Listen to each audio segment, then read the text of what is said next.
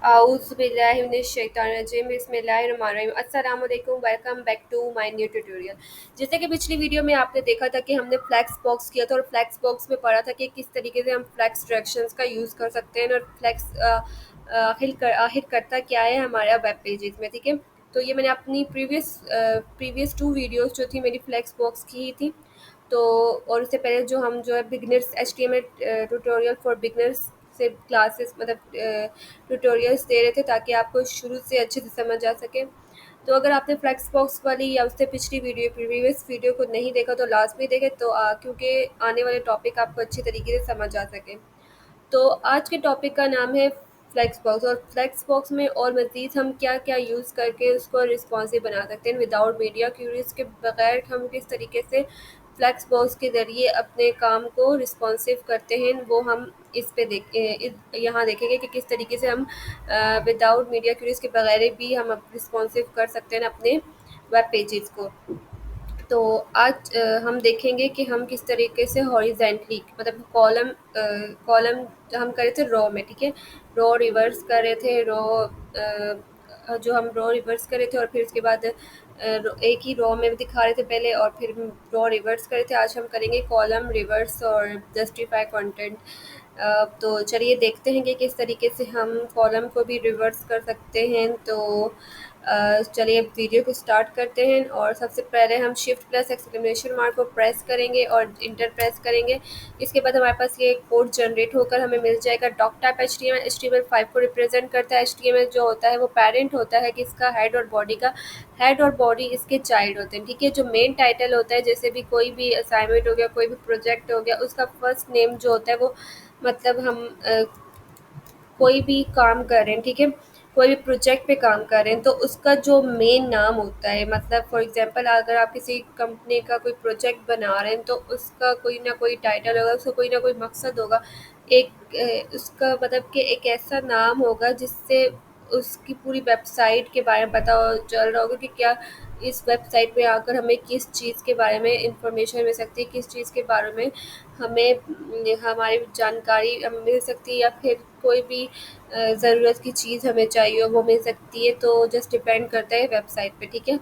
अच्छा, तो चलिए अब हम कट के देखते हैं कि फ्लेक्स बॉक्स का हम किस तरीके से यूज़ कर सकते हैं यहाँ पर कि कॉलम को रिवर्स कर सकें। तो सबसे पहले हम कमेंट करेंगे और कमेंट में लिख देंगे फ्लेक्स बॉक्स, ठीक है।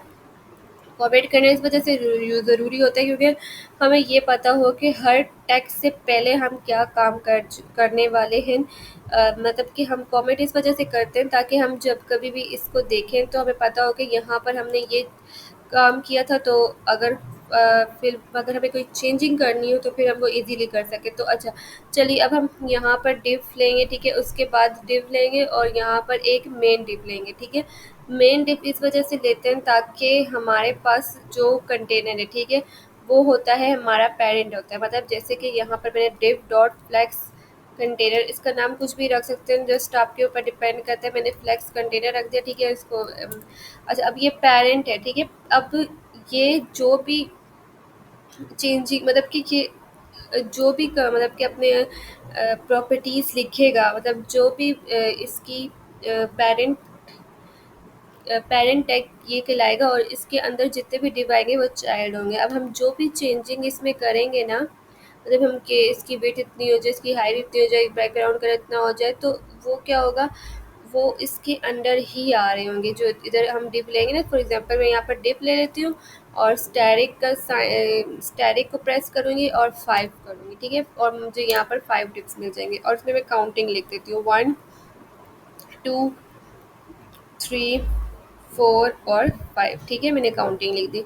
अब ये क्या है, ये इसी के अंदर आ रहे होंगे। किस तरीके से आ रहे होंगे तो चलिए देखते हैं। सबसे पहले हम इसको लिंक कर देंगे। लिंक किससे करेंगे, CSS से करेंगे। लिंक CSS से क्यों करते हैं, इस वजह से करते हैं ताकि हम इसको एक्सटर्नल तरीके से मतलब CSS को कर सकें। वैसे तो बहुत से तरीके होते हैं ना, अगर आपको हमने मेरी प्रीवियस वीडियोज़ को देखा हो तो आपको अच्छे से समझ आएगा कि मैं आपको क्या समझाना चाहती हूँ। अगर आपने प्रीवियस वीडियोज़ को नहीं देखा तो सबसे पहले जाएँ प्रीवियस वीडियो को देखें, क्योंकि उसमें बहुत इंपॉर्टेंट टॉपिक्स हैं जो आपकी नॉलेज को गेन कर सकते हैं ना। अच्छा, तो उसके लिए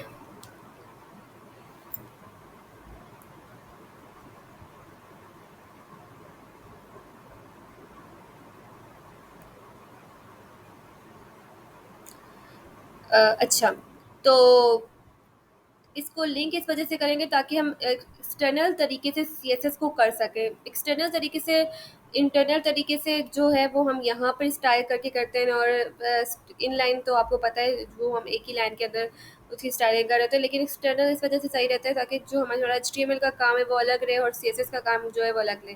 तो जब इसके ऊपर आएंगे, ठीक है, इस पर कंट्रोल प्लस प्रेस करना है, उसके बाद आपने क्लिक करना है, ठीक है, माउस के बटन से, और ये आपके पास बन जाएगा, ठीक है, मतलब आपके पास पेज जो है इसका क्रिएट हो जाएगा। उसके बाद हम क्या करेंगे, डॉट लिखेंगे।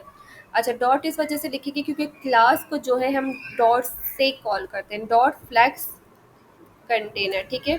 जो हमारा नेम होगा ना वो सेम नेम का रखना है। अच्छा, अब मैंने यहाँ पर लिख दिया फ्लैक्स कंटेनर, तो आप भी सोच रहे होंगे कि हम यही नाम रखेंगे तो तभी हमारी क्लास में जो प्रॉपर्टीज है वो चेंज होगी। ऐसा कुछ भी नहीं है। क्लास का नेम आप अपनी मर्जी से कुछ भी रख सकते हैं, ठीक है, फ्लैक्स बॉक्स रख दे, फ्लैक्स रख दे, कुछ भी रख सकते हैं जो आपको ईजी लगे, ठीक है। उसके बाद कर्ली ब्रैकेट्स ओपन और क्लोज, देन उसके बाद हम इसके अंदर प्रॉपर्टी लिखेंगे, ठीक है। अब प्रॉपर्टी हम कैसे लिखेंगे, सबसे पहले हम इसकी विड्थ और हाइट लिख लेते हैं, 100% रख लेते हैं, 100%। और हाइट हम रख देते हैं इसकी, हाइट हम इसकी रख देंगे 400 पिक्सल, ठीक है। इसके अलावा हम हमारी मर्जी जो भी रख सकते हैं। बैकग्राउंड कलर हम रख देंगे, फॉर एग्जांपल हम रख देते हैं इसका बैकग्राउंड कलर टोमेटो, ठीक है। अच्छा, अब इसके बाद हम क्या करेंगे, यहाँ पर आएंगे index dot H T M L में, इसको ओपन करेंगे लाइव सर्वर में, ठीक है। लाइव सर्वर पे जो होता है उसमें हमें ऑटो, मतलब ये हमारे को बार बार रिफ्रेश करने की जरूरत नहीं पड़ती, ये खुद ही जो है वो चेंजिंग कर लेता है, मतलब खुद ही से मतलब लाइव सर्वर में हमें इस पे रिफ्रेशिंग की, बस आप ये समझ रहे कि इस पे आपको बार बार रिफ्रेश करना नहीं पड़ता, आपको डायरेक्ट जो है आपका काम उसी तरीके से मिल जाता है जो आपको रिफ्रेश करके बार बार लाना होता है, ठीक है। अब ये जो नज़र आ रहा होगा, हमने एक डिप्स लिए थे, डिप्स के अंदर हमने काउंटिंग लिखी थी, ठीक है। अगर मैं इनका फ़ॉन्ट साइज़ थोड़ा सा बड़ा कर दूँ तो शायद आपको अच्छे तरीके से नज़र आ सके। फ़ॉन्ट साइज़ का कर देते हैं 20 पिक्सल, ओके 50 कर देते हैं, चलो अब आपको अच्छे तरीके से नज़र आ रहा होगा, ठीक है, या फिर 70 कर देते हैं। तो अब आप देख सकते हैं, अब बिल्कुल अच्छे तरीके से नज़र आ रहा है। तो ये देखिए हमारे पास काउंटिंग लिखी हुई आ रही है, ठीक है, ये हमारे पास काउंटिंग लिखी हुई आ रही है। तो ये हमारे पास जो काउंटिंग लिखी हुई आ रही है, ये मैंने बताया ना आपको, मैंने मेन कंटेनर लिया, ये जो मे पेरेंट है इसका, ठीक है। ये जो कलर आ रहा है ना टोमेटो, और ये विड्थ और ये हाइट आ रही है, इसका क्या है, ये इसका पेरेंट है। और इसके अंदर जितने भी ये नंबर्स आ रहे हैं ये चाइल्ड है, मतलब ये कोई नंबर आपको इस लाइन से बाहर लेकर नज़र आ रहा है, बिल्कुल भी नहीं, ठीक है। ये अपने मतलब कि यही इसी कंटेनर के अंदर है, ठीक है, पेरेंट कंटेनर के अंदर, तो ये इसी के मर्जी के मुताबिक ही वर्क करते हैं हम। अच्छा, अब हमें इसको फ्लेक्स करना है, मतलब इसको रिस्पॉन्सिव बनाना है, ठीक है। हम चाहते हैं जब यूज़र हमारा इसको देखे, मतलब कि जब इंस्पेक्ट करे तो वो इसको किसी भी हाइट में लेकर जाए तो ये ना क्या हो, डिस्प्ले फ्लेक्स हो, ठीक है। उसके लिए हम क्या करेंगे, मतलब रिस्पॉन्सिव हो, तो उसके लिए हमें क्या करना होगा, हमें इसको डिस्प्ले फ्लेक्स करना होगा। क्या करना होगा, डिस्प्ले फ्लेक्स, यहाँ पर हम आएंगे, यहाँ लिखेंगे डिस्प्ले, डिस्प्ले लिखेंगे और फ्लेक्स लिखेंगे, ठीक है। अब ये देखिए डिस्प्ले फ्लेक्स मैंने जैसे ही लिखा तो ये रॉ में आ गए, ठीक है। अच्छा, मैं चाहती हूँ कि इनकी डायरेक्शन जो है फ्लेक्स डायरेक्शन। अच्छा, अब फ्लेक्स का मतलब क्या होता है, फ्लेक्स मतलब फ्लेक्स बॉक्स के ऊपर काम करें, और डायरेक्शन उसकी हम जगह बताते हैं कि किस जगह पे हमें उसको लेकर जाना, मतलब किस तरीके हमें इसको स्ट्रेट रखना है या हॉरिजेंटल रखना है या वर्टिकल रखना है। जिस हॉरिजेंटल रो होती है और जो हमारे पास वर्टिकली होती है वो हमारा क्या होता है, कॉलम होता है। तो मैं इसको कॉलम को वर्टिकली रखना चाहती हूँ, ठीक है। तो इसके लिए मैं क्या करूँगी, यहाँ पर मैं लिखूँगी इसको मैं यहाँ पर लिखूँगी कॉलम, ठीक है। आपको ये मैंने पहले भी बताया था, यहाँ पर मैंने कॉलम लिखा। अब देखिए यहाँ पर हमारे पास जो है फॉरवर्ड काउंटिंग लिखी हुई आ रही है, फॉरवर्ड जिससे हमें सीधी गिनती कहते हैं उर्दू में, ठीक है। तो मैं चाहती हूँ ये फॉरवर्ड काउंटिंग 1 2 3 4 5 जो ये लिखा हुआ आ रहा है, मैं चाहती हूँ कि ये बैकवर्ड काउंटिंग लिखी हुई है, जैसे हम लिखते हैं ना स्टार्टिंग में, जब हम 1 2 3 4 5 अगर स्टार्टिंग में जब हम बचपन में काउंटिंग सीखते हैं तो हम 1 2 3 4 5 पहले तो फॉरवर्ड काउंटिंग मतलब लिखते हैं, फिर उसके बाद बैकवर्ड लिखते हैं। तो मैं चाहती हूँ कि वो बैकवर्ड काउंटिंग अब यहाँ पर लिखी हुई है, मतलब 5 4 3 2 1। तो उसके लिए क्या करेंगे, उसके लिए कुछ भी नहीं करना, उसके लिए हम कर जस्ट यहाँ पर आएंगे और यहाँ पर लिख देंगे कॉलम के बाद यहाँ पर खुद ही लिखा हुआ आ जाएगा रिवर्स। ठीक है, कॉलम के बाद हम रिवर्स, यहाँ पर देखें आपको खुद ही नीचे जो है हमारे पास लिखा हुआ आ रहा है कॉलम रिवर्स। अब क्या होगा, अच्छा देखें आपको यहाँ पर कॉलम रिवर्स हो गया नज़र आ रहा होगा। मतलब पहले हमारे पास कॉलम में जस्ट क्या था, हमारे पास स्ट्रेट था, जैसे ही हमने इसको रिवर्स किया तो उससे क्या हुआ, उससे ये बैकवर्ड हो गया। तो ये कॉलम रिवर्स कहलाता है। ठीक है, अच्छा अब इसको मैं चाहती हूँ कि ये यहाँ पर सेंटर पे है, इसी तरीके से इसी शेप में हो और ये सेंटर में है। क्या इस तरीके से मैं कर सकती हूँ? तो बिल्कुल कर सकती हूँ। अब जैसे जस्टिफाई कंटेंट, इसको क्या कर देंगे, सेंटर कर देंगे।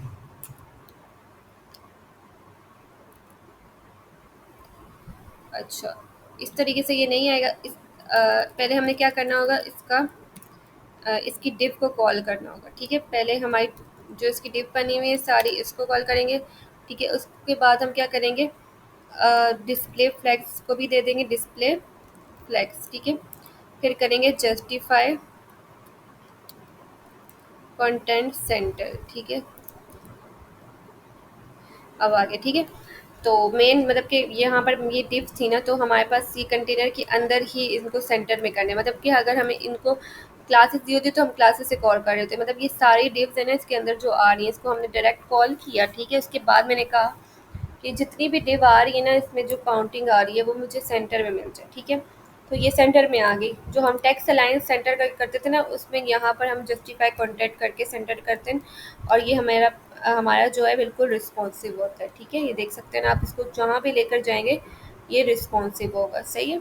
अच्छा अब मैं चाहती हूँ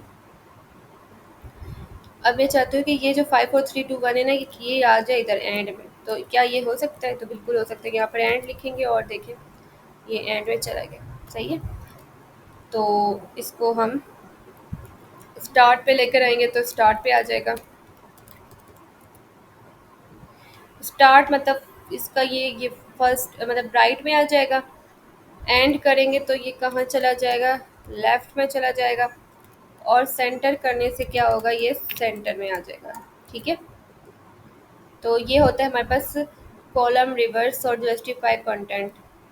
उम्मीद है आपको हमारी आज की वीडियो पसंद आई होगी। अगर आपको हमारी आज की वीडियो पसंद आई है तो लाइक करें, सब्सक्राइब करें और बेल आइकन को प्रेस करना ना भूलिए। अल्लाह हाफिज़।